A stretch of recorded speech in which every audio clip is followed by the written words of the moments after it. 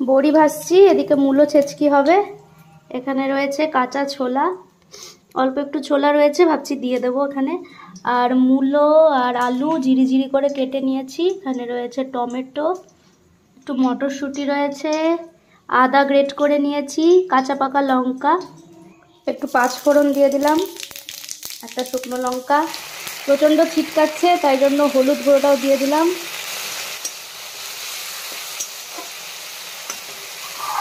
ছোলা, মটরশুঁটি,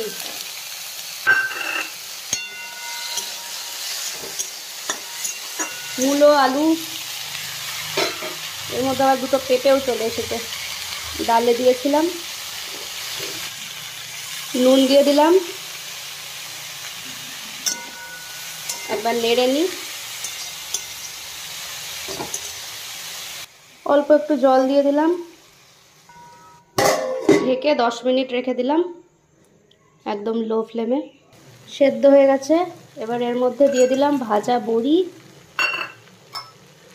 একটুখানি সর্ষে, দাঁড়াও একটু জল দিতে হবে, একটু চিনিও দিতে হবে, আর দিয়ে দিলাম ধনে পাতা।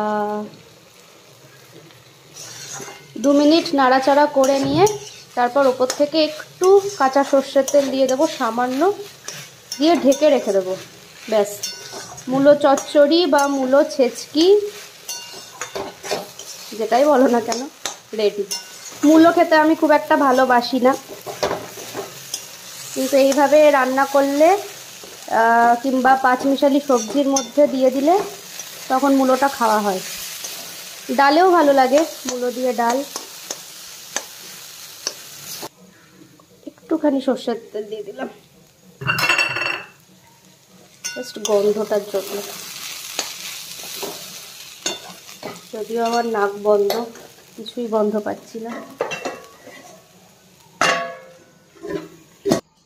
আজকে রান্নাবান্না হয়েছে ধনেপাতা পুদিনা পাতার চাটনি, এদিকে রয়েছে পেঁপে দিয়ে মুগ মুসুর ডাল, মূলো ছেচকি যেটা এক্ষুনি দেখালাম, আর মাছ ভাজা, গরম গরম ছোট মাছ ভাজা, বাটা মাছ।